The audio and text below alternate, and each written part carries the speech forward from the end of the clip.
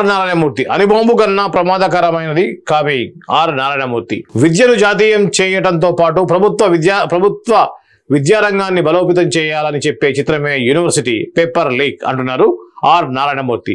ఆయన ప్రధాన పాత్రలో నటిస్తూ స్వీయ దర్శకత్వంలో నిర్మించిన సినిమా సరికొత్తగా ఆగస్టు 22న థియేటర్లోకి రానుంది. ఈ నేపథ్యంలో ఇటీవల హైదరాబాద్లో విలేకరుల సమావేశం ఏర్పాటు చేశారు. గోరటి వెంకన్న, అద్దంకి దయాకర్, దేశపతి శ్రీనివాస్, అందెశ్రీ తదితరులు అతిథులుగా హాజరయ్యారు. ఈ సందర్భంగా ఆర్ నారాయణమూర్తి మాట్లాడుతూ గత కొన్నేళ్లుగా మన విద్యారంగంలో జరుగుతున్న పేపర్ లీకులు, గ్రూప్ 1, 2 లాంటి ఉద్యోగ పరీక్షల ప్రశ్నాపత్రాల లీకులు చూస్తుంటే చదువులకు ఏమైందనిపిస్తోంది. ఇదిలా కొనసాగితే విద్యార్థుల భవిష్యత్తు ఏం కావాలి, నిరుద్యోగుల జీవితాలు ఏమైపోవాలి.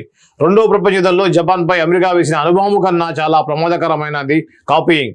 చూసి రాసిన వాళ్ళు డాక్టర్లు అయితే రోగులు బతుకుతారా? ఇంజనీర్లు అయితే వాళ్ళు కట్టిన భవనాలు, వంతెనలు నిలబడతాయా? అందుకే ఇలాంటి దారుణాలు జరగకుండా ప్రశ్నాపత్రాల లీకుల మయం కాకూడదు.